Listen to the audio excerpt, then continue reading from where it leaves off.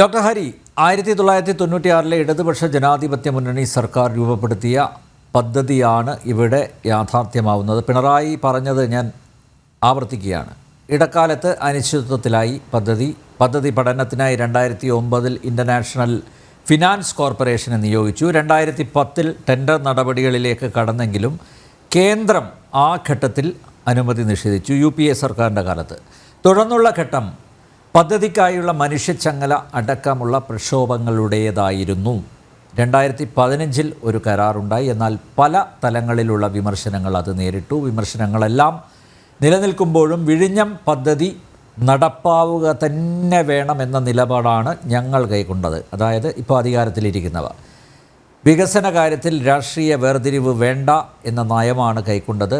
അത് പ്രകാരമാണ് 2016 അധികാരത്തിൽ വന്നതിനെ തുടർന്നുള്ള ഘട്ടത്തിൽ ബൃഹത് തുറമുഖമായി വിഴിഞ്ഞം വളരുന്നതിനുള്ള നിലപാടുകൾ എടുത്തത്. അതാണ് വിഴിഞ്ഞത്തെ ഇന്നത്തെ നിലയെ യാഥാർത്ഥ്യമാക്കി മാറ്റിയത് എന്നാണ് പിണറായി വിജയൻ ഇന്ന് അവിടെ പ്രസംഗിച്ചത്. പക്ഷേ ഇത് പഠിക്കുകയും മനസ്സിലാക്കുകയൊക്കെ ചെയ്യുന്ന ആളുകൾ ഇത് കേട്ടാൽ ചിരിച്ച് ചാവും. അതാണ് ഇതിൻ്റെ യാഥാർത്ഥ്യം. അതായത് ഈ മനുഷ്യൻ ഇപ്പോൾ നമ്മൾ സോഷ്യൽ മീഡിയയുടെ കാലത്താണ് ജീവിക്കുന്നത്. നമുക്ക് എല്ലാ രേഖകളും കൃത്യമായി നമുക്ക് ഗൂഗിൾ ചെയ്തെടുക്കാവുന്നൊരു കാലത്താണ് നമ്മളുള്ളത്. അത് ഇവർ പറഞ്ഞ കാര്യങ്ങൾ, ഇവരന്ന് നടത്തിയ സമരങ്ങൾ, ഇതെല്ലാം യൂട്യൂബിൽ കിടപ്പുണ്ട്. ആദ്യം ഞാൻ പറയാൻ ആഗ്രഹിക്കുന്നത് ആരുദ്ഘാടനം ചെയ്താലും ഈ പദ്ധതി ഇന്ന് രാജ്യത്തിൻ്റെ പ്രധാനമന്ത്രി ഉദ്ഘാടനം ചെയ്തു, അദ്ദേഹം ഉദ്ഘാടനം ചെയ്തോട്ടെ. ഇതാരും ഉദ്ഘാടനം ചെയ്യാൻ നിങ്ങൾ ആരെ വിളിച്ചാലും വിളിച്ചില്ലെങ്കിലും ആര് വന്നാലും വന്നില്ലെങ്കിലും ഈ പദ്ധതിയുടെ അതിൻ്റെ ഉത്തരവാദിയായി കേരളത്തിലെ 1.5 കോടി ജനങ്ങൾ കാണുന്ന ഒരേ ഒരാളേ ഉള്ളൂ. അത് മറ്റാരുമല്ല, ശ്രീ ഉമ്മൻചാണ്ടി തന്നെയാണ്. ഒരു സംശയവും ആ കാര്യത്തിൽ വേണ്ട. ഇന്ന് CPIയുടെ നേതാവ് ശ്രീ C. ദിവാകരൻ പറഞ്ഞ വാക്കുകളാണ് ഞാൻ കടമായി ഇവിടെ ഈ വേദിയിൽ ഞാൻ ഉപയോഗിക്കുന്നത്.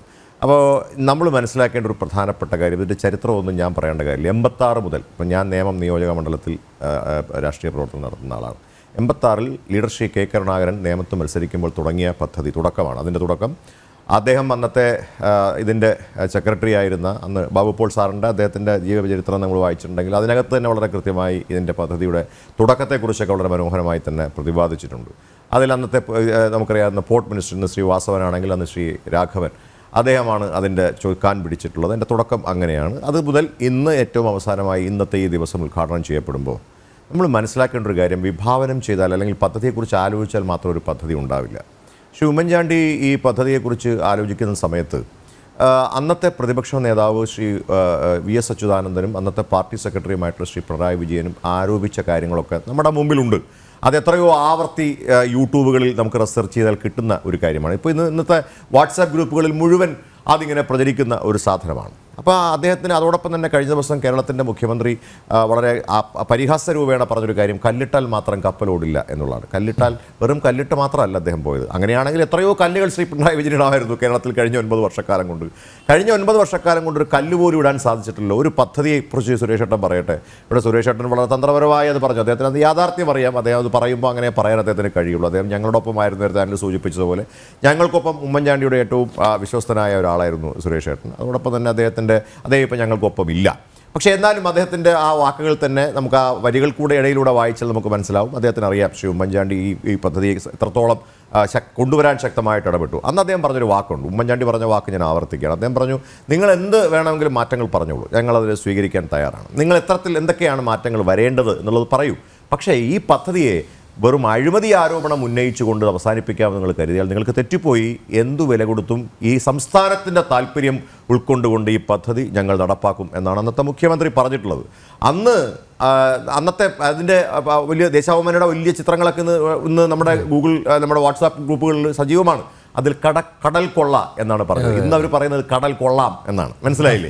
കടൽ കൊള്ള എന്ന് പറഞ്ഞ ആളുകൾ ഇന്ന് പറയുന്നു കടൽ കൊള്ളാം എന്ന് പറയുകയാണ്. അതാണ് അതിൻ്റെ വ്യത്യാസം എന്ന് പറയുന്നത്. 2025 എത്തുമ്പോൾ കടൽ കൊള്ള എന്ന് അന്ന് ആരോപിച്ചിട്ടുള്ള ആളുകൾ ഇന്ന് കടൽ കൊള്ളാം എന്ന് പറയുന്നിടത്തേക്ക് എത്തിച്ചിട്ടുണ്ടെങ്കിൽ അതിനുള്ള പൂർണ്ണമായിട്ടുള്ള ക്രെഡിറ്റ് ഞങ്ങൾ കൊടുക്കാൻ ആഗ്രഹിക്കുന്ന ഞങ്ങളുടെ നേതാവ് ശ്രീ ഉമ്മൻചാണ്ടിക്ക് തന്നെയാണ്. അതിന് കാരണം കൂടിയുണ്ട്. ഇപ്പോൾ ഞാൻ പറയട്ടെ, ഇപ്പോൾ ഇവിടെ നമ്മളോടൊപ്പം ഈ മേഖലയിൽ പ്രവർത്തിക്കുന്ന കടലുമായി ബന്ധപ്പെട്ട അതിന് വിദഗ്ധൻ ഇവിടെ ഇരിപ്പുണ്ട്. നമുക്ക് അത് പോട്ടെ, അദ്ദേഹത്തിൻ്റെ ആ വൈദഗ്ധ്യത്തിൽ അദ്ദേഹം കുറച്ച് കാര്യങ്ങൾ പറഞ്ഞു, വളരെ ശരിയായിട്ടുള്ള കാര്യങ്ങളാണ് അദ്ദേഹം പറഞ്ഞത്. ഒരു കാര്യം കൂടി ഞാൻ പറയാൻ ആഗ്രഹിക്കുന്നു. ഒരു പദ്ധതി നടപ്പാക്കുമ്പോൾ ആ പദ്ധതി നടപ്പാക്കണമെങ്കിൽ ആ പദ്ധതി ഇവിടെ തറക്കല്ലിടണമെങ്കിൽ അതിന് മുമ്പ് ചെയ്യേണ്ട ചില കാര്യങ്ങളുണ്ട് അല്ലേ? അല്ലറിയാത്തതല്ലോ. ആദ്യമായി നമ്മൾ പോട്ടെ, വേറെ എല്ലാം വിടാം, നമുക്കൊരു വീട് വയ്ക്കാൻ എടുക്കുക. ആളുകൾക്ക് മനസ്സിലാകാൻ വേണ്ടി പറയുകയാണ്, അല്ലെങ്കിൽ നമ്മുടെ പ്രേക്ഷകർക്ക് മനസ്സിലാകാൻ വേണ്ടി പറയുക. വീട് വയ്ക്കാൻ നമ്മൾ ആദ്യം പോകുമ്പോൾ സ്വാഭാവികമായിട്ട് നമ്മൾ ചെയ്യുന്ന പ്രക്രിയ ആദ്യം ഒരു എഞ്ചിനീയറെ കാണുക, അതിൻ്റെ പ്ലാൻ വരയ്ക്കുക എന്നുള്ളതാണ്. അങ്ങനെയാണല്ലോ, അല്ലാതെ നേരിട്ട് പോയി കല്ലിടുകയല്ല ചെയ്യുന്നത്. അപ്പോൾ അതിനുള്ള സ്ഥലമുണ്ടാകണം. സ്ഥലം നമുക്ക് അനുകൂലമാണ്. ഇപ്പോൾ അദ്ദേഹത്തിന് അദ്ദേഹം പറയേണ്ട കാര്യമാണ് ഞാൻ പറഞ്ഞത്. 20 മീറ്റർ ആഴം ഉണ്ട് എന്നാണ് വിഴിഞ്ഞം തുറമുഖത്തിൻ്റെ ഏറ്റവും വലിയ പ്രത്യേകത. ലോകത്തിലെ ഏറ്റവും ഇപ്പോൾ നിർമ്മിച്ചിട്ടുള്ള ലോകത്തിലെ ഏത് കപ്പൽ ഇവിടെ വന്നാലും ആ കപ്പൽ, അത് നമ്മൾ മദർഷിപ്പ് എന്നാണ് ഇവരുടെ ഭാഷയിൽ പറയുന്നത്, ആ മദർഷിപ്പിന് അടുക്കാൻ ഒരു പ്രയാസവും ഇവിടെ ഇല്ല. അവിടെ ഏറ്റവും ഇതിനോടകം വന്നിട്ടുണ്ടെന്നാണ് ഞാൻ മനസ്സിലാക്കുന്നത്. ഏറ്റവും വലിയൊരു ഷിപ്പ് ഇവിടെ വന്നിട്ട് പോയത്, പേര് ഞാൻ ഓർക്കുന്നില്ല അദ്ദേഹത്തെ. അതെ, അപ്പോൾ അങ്ങനെ ഒരു ഇവിടെ ഷിപ്പ് വന്നിട്ടുണ്ട്, ആ പേര് ഞാൻ ഓർക്കുന്നില്ല. ആ ഷിപ്പിന് ഇവിടെ വരാനുള്ള കാരണം ഇതൊരു സ്വാഭാവികമായ തുറമുഖമാണ്. ഞാനിതിൻ്റെ വിഴിഞ്ഞത്തിൻ്റെ സമയത്ത് ഇതിൻ്റെ തുടക്കമായപ്പോൾ ഇതിൻ്റെ ചരിത്രമൊക്കെ ഒന്ന് വായിച്ചു നോക്കി. ഇത് രാജാവിൻ്റെ കാലഘട്ടത്തിൽ ആലോചനയിലുള്ളതാണ്. കുളച്ചൽ നിന്നൊക്കെ പോകാതെ നമ്മുടെ ഈ വിഴിഞ്ഞത്തേക്ക് ഇത് കൊണ്ടുവരാൻ അന്ന് നടത്തിയ ശ്രമങ്ങളെക്കുറിച്ചൊക്കെ വളരെ കൃത്യമായ ചരിത്രരേഖ മുതലുണ്ട്. അപ്പോൾ അവിടെ ഈ മദർഷിപ്പിന് അടുക്കാൻ കഴിയുന്ന സ്വാഭാവികമായി ഇവിടെ നമ്മൾ കൊച്ചിയിലേക്ക് പോയാൽ കൊച്ചിയിലെ തുറമുഖത്തിന് ഇത്രയുമല്ല, 8, 9, 12 വരെയാണ് അവിടുത്തെ ഒരു ആഴത്തെക്കുറിച്ചൊക്കെ ഇവരൊക്കെ പറയുന്നത്. അപ്പോൾ 20 മീറ്റർ താഴ്ചയുള്ള ഈ സ്വാഭാവികമായൊരു പ്രക്രിയ, അത് മാത്രമല്ല ഇത് അകത്തേക്ക് ഇങ്ങനെ കയറിയാണ് കിടക്കുന്നത്. നമുക്ക് ആ സ്വാഭാവികമായ ഒരു കർവ് ഇതിനകത്തുണ്ട്. അപ്പോൾ അതുകൊണ്ട് തന്നെ സ്വാഭാവികമായിട്ട് ഈ കര ഇങ്ങനെ ഈ തിരയിളകാതെ അകത്തേക്ക് കയറ്റി സുഖമായി പാർക്ക് ചെയ്യാൻ, അങ്ങനെ ഒരു വാക്കല്ല യഥാർത്ഥത്തിൽ ഉപയോഗിക്കേണ്ടത്, പക്ഷേ അങ്ങനെ തന്നെയാണോ, ആങ്കർ ചെയ്യാൻ, അതെ, ആങ്കർ ചെയ്യാൻ പറ്റുന്ന തരത്തിലേക്ക്, അതിന് ആരുടെയും സഹായമില്ലാതെ ചെയ്യാൻ കഴിയുന്ന തരത്തിലേക്ക് മണ്ണധികം മാറ്റാതെ നമുക്ക് വലിയ പണം ചിലവില്ലാതെ നമുക്കത് ചെയ്യാനായിട്ട് സാധിച്ചെടുക്കാൻ കഴിയും. അപ്പോൾ അങ്ങനെ ഒരു പദ്ധതി, ഒരു പ്ലാനാണ്. അപ്പോൾ നമ്മൾ വീടുണ്ടാക്കാൻ പോകുമ്പോൾ പ്ലാനുണ്ട്. പ്ലാൻ ഉണ്ടായി കഴിഞ്ഞാൽ നമ്മൾ സ്വാഭാവികമായിട്ടും നമ്മൾ കോർപ്പറേഷനിലേക്ക് നമ്മൾ അപേക്ഷ കൊടുക്കണം അല്ലേ? എന്തിനാണ്? നമുക്ക് ഈ പ്ലാൻ അംഗീകരിച്ച് കിട്ടണം. അപ്പോൾ ഇതേ പ്രക്രിയ തന്നെയാണ് ഒരു സർക്കാർ ഒരു പദ്ധതിയുമായി ബന്ധപ്പെട്ട് പോകുമ്പം പ്ലാൻ ഉണ്ടാകണം. ആ പ്ലാൻ ഉണ്ടാകുമ്പോൾ സ്വാഭാവികമായിട്ട് ആ പ്ലാനിന് അംഗീകാരം ഉണ്ടാകണം. അതിന് നമ്മൾ പാരിസ്ഥിതിക അനുമതി എന്നൊക്കെ നമുക്ക് പറയാം. ആ പാരിസ്ഥിതിക അനുമതി അതിനകത്ത് ഉണ്ടാവണം.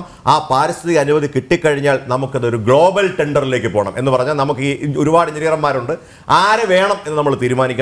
അപ്പം നമ്മുടെ കയ്യിലുള്ള കാശും ലോകത്ത് എല്ലാ ഇഷ്ടംപോലെ പൈസ കൊണ്ട് കൊടുത്ത് നമുക്ക് പൈസ ഇഷ്ടംപോലെ ഇല്ല. അപ്പോൾ ഉള്ള ഇതിനകത്ത് കൊടുക്കാൻ കഴിയുന്ന സാഹചര്യം കണ്ടെത്തണം. അവരുമായി കരാറിൽ ഏർപ്പെടണം. ആ കരാറിൽ ഏർപ്പെട്ട് കഴിഞ്ഞാൽ അവർക്ക് ആദ്യത്തെ ബന്ധപ്പെട്ട തുക കൈമാറണം. അതിനുള്ള തറക്കല്ലിടണം. ഇത്രയും പ്രക്രിയ വേണ്ടല്ലേ? ഈ പ്രക്രിയയാണ് നമ്മൾ വെറും തറക്കല്ല് എന്ന് പറഞ്ഞ് മാറ്റിയിട്ടുള്ളത്. അത് മാത്രമല്ല, അതിൻ്റെ പ്രവർത്തനോദ്ഘാടനം അദ്ദേഹം അവിടെ നടത്തി. ആ പ്രവർത്തനോദ്ഘാടനം നടത്തിയിട്ടാണ് ശ്രീ ഉമ്മൻചാണ്ടി അധികാര സ്ഥാനത്ത് നിന്ന് മാറുന്നത്. അല്ലേ സംഭവിച്ചതെന്നറിയാം, 2016 ശ്രീ പിണറായി വിജയൻ അധികാരത്തിൽ വരുമ്പോൾ അദ്ദേഹം അഴിമതി ആരോപിച്ച ഈ പദ്ധതിയെ മുന്നോട്ട് കൊണ്ടുപോകാനുള്ള നടപടികൾ ഒരു 2-3 വർഷക്കാലം ഇഴഞ്ഞു നീങ്ങി. ആ ഇഴഞ്ഞു നീങ്ങിയതിൻ്റെ ഏറ്റവും വലിയ തെളിവാണ് താങ്കൾ നേരത്തെ സൂചിപ്പിച്ച ഈ റെയിൽ ബന്ധിപ്പിക്കാൻ കഴിയുക. കാരണം റെയിൽ കണക്ടിവിറ്റിയും അതോടൊപ്പം റോഡ് കണക്ടിവിറ്റിയും വളരെ പ്രധാനപ്പെട്ട 2 കാര്യങ്ങളാണ് സ്റ്റാൻലി സൂചിപ്പിച്ചത്. നോക്കൂ, ഒരു കണ്ടെയ്നർ വന്നാൽ കണ്ടെയ്നർ എടുത്ത് വച്ചാൽ അവിടെ പോരാ. ഇത് റോഡ് മാർഗം അല്ലെങ്കിൽ റെയിൽ മാർഗം ഇത് എവിടെയെങ്കിലും എത്തിക്കേണ്ടിടത്ത് എത്തിക്കണ്ടേ. അത് 2017 പൂർത്തിയാക്കി കൊടുക്കാം എന്നാണ് കരാറ്. ആ 2017 കൂടി പൂർത്തിയാക്കി കൊടുക്കാം എന്ന് പറഞ്ഞത് 2025 അതിന്റെ പൂർണ്ണമായ ഉത്തരവാദിത്വം സംസ്ഥാന സർക്കാരിനാണ്. ആ സംസ്ഥാന സർക്കാർ അത് നടപ്പാക്കിയില്ലെന്ന് മാത്രമല്ല, 2025 റെയിൽ കണക്ടിവിറ്റിയും റോഡ് കണക്ടിവിറ്റിയും വിഴിഞ്ഞത്തിനില്ല. നമ്മൾ മനസ്സിലാക്കേണ്ട ഒരു പ്രധാനപ്പെട്ട കാര്യമുണ്ട്. ഇനി വരാൻ പോകുന്ന പ്രശ്നം എന്താണെന്നറിയോ? ഇത് ഇങ്ങോട്ട് തുടങ്ങി. ഇപ്പോൾ നിങ്ങൾ മനസ്സിലാക്കണം, ഒരു ദിവസം തന്നെ 1000-കണക്കിന് കണ്ടെയ്നറുകളാണ് വന്നിറങ്ങാൻ പോകുന്നത്. ഈ കണ്ടെയ്നറുകൾ അവിടെ എടുത്ത് വയ്ക്കാൻ സ്ഥലം വേണ്ടേ? അപ്പോൾ അത് അവിടെ നിന്ന് നിരന്തരമായി വരുന്ന കണ്ടെയ്നറുകൾ പൊയ്ക്കൊണ്ടിരുന്നില്ല എങ്കിൽ ഇത് വലിയ നഷ്ടത്തിലേക്ക് പോകും. കാരണം എന്താ, സമയത്തിനെത്തണ്ടേ? വളരെയധികം ഈ പെട്ടെന്നൊരു ദിവസം കൊണ്ട് നശിച്ചു പോകുന്ന തരത്തിലുള്ള സാധനങ്ങളടക്കം, അല്ലെങ്കിൽ ഇങ്ങനെ വളരെ അധികം നമ്മൾ പറയുന്ന ഡയറി പ്രോഡക്ട്സ് അടക്കമുള്ള അങ്ങനെയുള്ള 1000-കണക്കിന് സാധനങ്ങൾ ഇവിടേക്ക് വരികയാണ്. എല്ലാം ടിവിയും അല്ലെങ്കിൽ അങ്ങനെയുള്ള സാധനങ്ങളല്ല വരുന്നത്. അപ്പോൾ അങ്ങനെയുള്ള കാര്യങ്ങൾക്കുള്ള കണക്ടിവിറ്റി, അടിസ്ഥാനപരമായ കണക്ടിവിറ്റി പോലും സർക്കാരിന് 2017 പൂർത്തിയാക്കേണ്ട സർക്കാർ 2025 ചെയ്തില്ല എന്ന് മാത്രമല്ല, ഇപ്പോൾ ഇത് ഞങ്ങളാണ് ചെയ്തത് എന്ന് പറയുമ്പോൾ ഞങ്ങൾക്കൊന്നും പറയാനില്ല. സുരേഷ് ഏട്ടൻ്റെ അടുത്ത് അതേ സമീപനമാണ് പറയുക. അതൊക്കെ ആളുകൾ തീരുമാനിച്ചോട്ടെ. കേരളത്തിലെ ജനങ്ങൾ അരിയാഹാരം കഴിക്കുന്ന ആളുകളാണ്, അവർ തീരുമാനിച്ചോട്ടെ ഇതെവിടെയാണ് എത്തിച്ചേരുക എന്നുള്ളത്. ഒരു കാര്യത്തിൽ ഞങ്ങൾക്ക് സന്തോഷമുണ്ട്. ഒന്നുമില്ലെങ്കിലും ഈ പറഞ്ഞതുപോലെ ഈ പദ്ധതിയുമായി ബന്ധപ്പെട്ട അന്ന് ഉമ്മൻചാണ്ടി സർക്കാർ സ്വീകരിച്ച ഒരു നിലപാടിനോടൊപ്പം ഇടതുപക്ഷ സർക്കാർ എത്തിയിരിക്കുന്നു. അതുമാത്രമല്ല, ഈ കുത്തക മുതലാളിമാർക്കെതിരായി നിന്നിട്ടുള്ള CPM ഈ സർക്കാരിന്റെ പാർട്ട്ണറാണ് അദാനി എന്ന് പരസ്യമായി മന്ത്രി തന്നെ സമ്മതിച്ചതിനെ കുറിച്ച് ഇന്ന് പ്രധാനമന്ത്രിയും പറയുകയുണ്ടായി.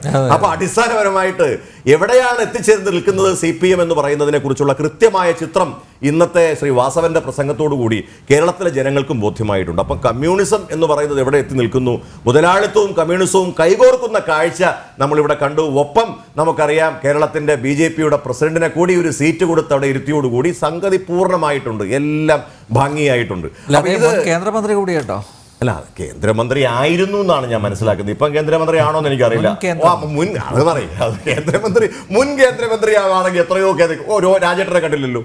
രാജേട്ടൻ, ഞാൻ പറയട്ടെ, രാജേട്ടൻ എനിക്ക് വളരെ ഞങ്ങൾ MLA ആയിരുന്ന ആളാണ്. രാജേട്ടനെയാണ് അവിടെ ഇരുത്തേണ്ടിയിരുന്നത് നിങ്ങൾ കേട്ടോ. അപ്പൊ നിങ്ങൾ എന്തിനാണ് മുൻ കേന്ദ്രമന്ത്രി അവിടെ ഇരുത്തിയിരുന്നത്? ഞാൻ പറയട്ടെ, നിങ്ങൾക്ക് മന്ത്രി ഉണ്ടല്ലോ, ജോർജ് കുര്യനെ കണ്ടില്ലല്ലോ. ഞാൻ ചോദിക്കട്ടെ, അപ്പൊ അതൊന്നും പറയണ്ട. അല്ല, നോക്കട്ടെ, ഞാൻ ഇവിടെ ശ്രീ ഗോപാലകൃഷ്ണൻ ഇവിടെ ഉള്ളത് കൊണ്ട് എനിക്കൊന്ന് അനിൽ അതിന് കയറി പിടിക്കേണ്ട കാര്യമില്ല. കാരണം ഞാൻ വളരെ കൃത്യമായി പറയാണ്, വേറൊന്നുമല്ല. ഇന്ന് വളരെ കൃത്യമായി കേരളത്തിലെ ജനങ്ങൾക്ക് ബോധ്യപ്പെട്ടു എവിടെയാണ് അദാനിയും CPM-ഉം തമ്മിലുള്ള കരാർ, എവിടെയാണ് BJPയും CPM-ഉം തമ്മിലുള്ള കരാർ എന്നുള്ളത് വളരെ കൃത്യമായി കേരളത്തിലെ ജനങ്ങൾക്ക് ബോധ്യപ്പെട്ടിട്ടുണ്ട്. ഒരു കാര്യം കൂടി ഞാൻ പറയാം. പ്രതിപക്ഷ നേതാവ് നോക്കൂ, പ്രതിപക്ഷ നേതാവ് ഇന്ന് അവിടെ പങ്കെടുത്തില്ല എന്ന് പറയുന്നു. നമുക്കിവിടെ ആകപ്പാടെ 2-3 പേരാണ് സംസാരിച്ചത്. 5 മിനിറ്റ് വാസവൻ സംസാരിച്ചു, ഇല്ലേ? ബഹുമാനായ തുറമുഖ വകുപ്പ് മന്ത്രി സംസാരിച്ചു. 10 മിനിറ്റ് കേരളത്തിന്റെ മുഖ്യമന്ത്രി സംസാരിച്ചു. 45 മിനിറ്റ് രാജ്യത്തിന്റെ പ്രധാനമന്ത്രി സംസാരിച്ചു. അവിടെ ചെന്ന് അവരുടെ പ്രസംഗം കേൾക്കാനാണോ നിങ്ങൾ കേരളത്തിന്റെ പ്രതിപക്ഷ നേതാവിനെ വിളിച്ചത്? അല്ലല്ലോ. അദ്ദേഹത്തിന് TV-യിൽ വീട്ടിലിരുന്നാലും കേൾക്കാൻ പ്രസംഗം കേൾക്കണമെങ്കിൽ അവിടെ കേരളത്തിന്റെ പ്രതിപക്ഷ നേതാവിന്റെ ശബ്ദം ഉണ്ടായില്ല.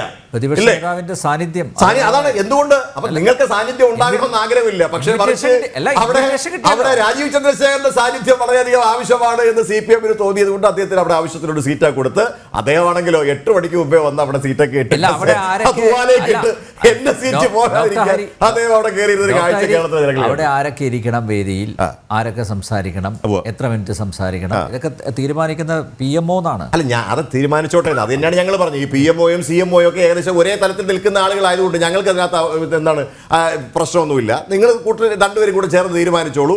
ഞങ്ങളെ സംബന്ധിച്ചിടത്തോളം കേരളത്തിന്റെ ജനങ്ങൾ പ്രതിപക്ഷത്തിരുത്തിയിരിക്കുകയാണ്. ഞങ്ങൾക്ക് പ്രതിപക്ഷത്തിരിക്കാൻ ഒരു പ്രയാസവും ഇല്ല.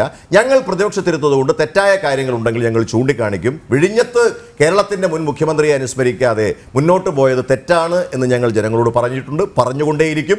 അത് തെറ്റാണ് എന്നുള്ളത് ഇപ്പോൾ ഇവിടെ ഇരിക്കുന്ന ഈ ചർച്ചയിൽ പങ്കെടുക്കുന്ന ആളുകൾക്ക് തന്നെ അറിയാം. കാരണം ഇങ്ങനൊരു പദ്ധതി പൂർത്തീകരിക്കാൻ 2017 പൂർത്തീകരിച്ച് കമ്മീഷൻ തുടങ്ങേണ്ടത് 4 കൊല്ലം കഴിഞ്ഞ് ഇഴഞ്ഞ് 2025 ആരംഭിച്ചതിൽ ഞങ്ങൾക്ക് സന്തോഷമുണ്ട്. അതിന് ശ്രീ ഉമ്മൻചാണ്ടിയെ വീണ്ടും ഈ അവസരത്തിൽ ഞാൻ വീണ്ടും ഓർക്കുകയാണ്. അദ്ദേഹത്തിൻ്റെ ദീർഘവീക്ഷണം. അതുകൊണ്ട് 9 വർഷക്കാലം അവിടെ ഞാൻ ഒരു കാര്യം കൂടെ പറഞ്ഞ് അവസാനിപ്പിക്കാം അനിൽ. അവിടെ സുരേഷ് ഏട്ടൻ പറഞ്ഞൊരു കാര്യമുണ്ട്. മാറി മാറി വരുന്ന സർക്കാരുകൾ, ഞങ്ങൾ മാറി മാറിയാണ് ഭരിച്ചത്, ഈ മാറി മാറി വരുന്ന സർക്കാരുകളാണ് രാജ്യത്തിൻ്റെ സംസ്ഥാനത്തിൻ്റെ വികസനത്തിന് വിഘാതമായി നിന്നത് എന്നൊരു കാഴ്ചപ്പാട് നേരത്തെ കേരളത്തിൻ്റെ പല എക്കണോമിസ്റ്റുകളും പറഞ്ഞിരുന്നു. അതിന് വിരുദ്ധമായി ആദ്യമായി ഒരു തുടർഭരണം കിട്ടി. 9 വർഷത്തിനിടയിൽ സുരേഷ് ഏട്ടൻ മറുപടി പറയായിരിക്കും, ചേട്ടാ ഒരു പദ്ധതിയുടെ പേര് തുടങ്ങിയിട്ട് അത് അവസാനിപ്പിച്ച് പൂർത്തീകരിക്കാൻ പോകുന്ന ഈ അവസാനത്തെ വർഷം, ഈ ഒരു വർഷം ഇനിയുണ്ടല്ലോ, ഈ 12 മാസത്തിനുള്ളിൽ നിങ്ങൾ പൂർത്തീകരിക്കാൻ പോകുന്ന ഒരു പദ്ധതിയുടെ പേരെങ്കിലും ഈ ചർച്ച കഴിഞ്ഞു പോകുന്നതിന് മുമ്പ് അങ്ങ് പ്രേക്ഷകരോട് പറയണം എന്നാണ് എനിക്ക് മുന്നോട്ട് വെക്കാനുള്ളത്. ദേശീയപാത വികസനം ഇതൊക്കെ അല്ല, അങ്ങനെ ഒരുപാടുണ്ട്. കണ്ണൂർ വിമാനത്താവളം പറയാം, അവരെ ഉദ്ഘാടനം ചെയ്തു, പക്ഷെ തുടങ്ങി വെച്ചത് ഉമ്മൻചാണ്ടിയാ. കണ്ണൂർ വിമാനത്താവളം, ഇനി കൊച്ചിയിലെ മെട്രോ, അതെ തിരുവനന്തപുരത്ത് മെട്രോ വരുമെന്ന് പറഞ്ഞു. ഞാൻ കാത്തുകാത്തിരിക്കുക ഈ കഴക്കൂട്ടത്ത് തുടങ്ങി സർക്കാരിന്റെ കാലത്ത് നടപ്പിലാക്കിയെന്ന് വെച്ച് ഇതൊക്കെ പറയാട്ടോ. അല്ല, അതാണ് പറഞ്ഞത്, അതേ പറയാൻ പറ്റുള്ളൂ. അതുകൊണ്ട് ഞങ്ങൾ തുടങ്ങി വെച്ച പദ്ധതികൾ നിങ്ങൾ പൂർത്തീകരിച്ചിരിക്കുന്നു എന്ന് പറയാനല്ലാതെ നിങ്ങൾ തറക്കല്ലിട്ട് പൂർത്തീകരിച്ച ഒരു പദ്ധതിയുടെ പേര് കൂടി പറഞ്ഞിട്ട് സുരേഷ് ഏട്ടൻ ചർച്ച അവസാനിപ്പിക്കണം.